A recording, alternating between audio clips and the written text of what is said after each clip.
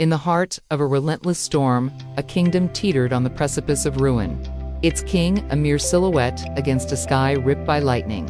Weighed down by the crushing burden of unending conflict and the sorrow of his people, he stood alone, a figure of profound despair.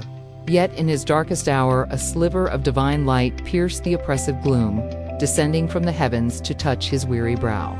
In that singular, breathtaking moment, a crown of pure, molten gold materialized, settling upon his head and filling his spirit with an unshakable, newfound hope. The transformation was immediate and absolute. Infused with a power beyond mortal comprehension, the king became a whirlwind of righteous fury on the battlefield. In dynamic flashes reminiscent of a master's manga, his form blurred, a conduit of divine energy.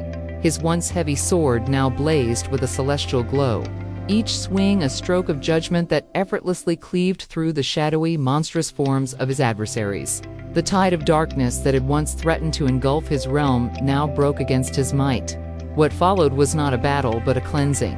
Hordes of grotesque enemies were consumed by waves of divine fire, their terrifying visages melting into expressions of pure terror before being reduced to ash.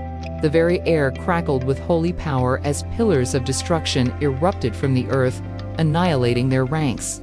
For those who turned and fled in a desperate attempt to escape their fate, there was no salvation. A volley of radiant arrows born of pure light rained down from the sky, striking the fleeing cowards and obliterating them without a trace.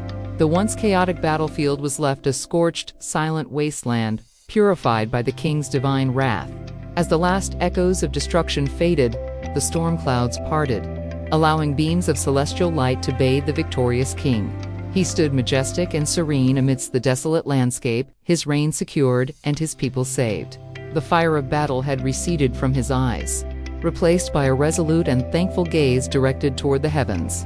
His trial by fire was over, and a new dawn, under the watch of a divinely anointed king, was about to begin.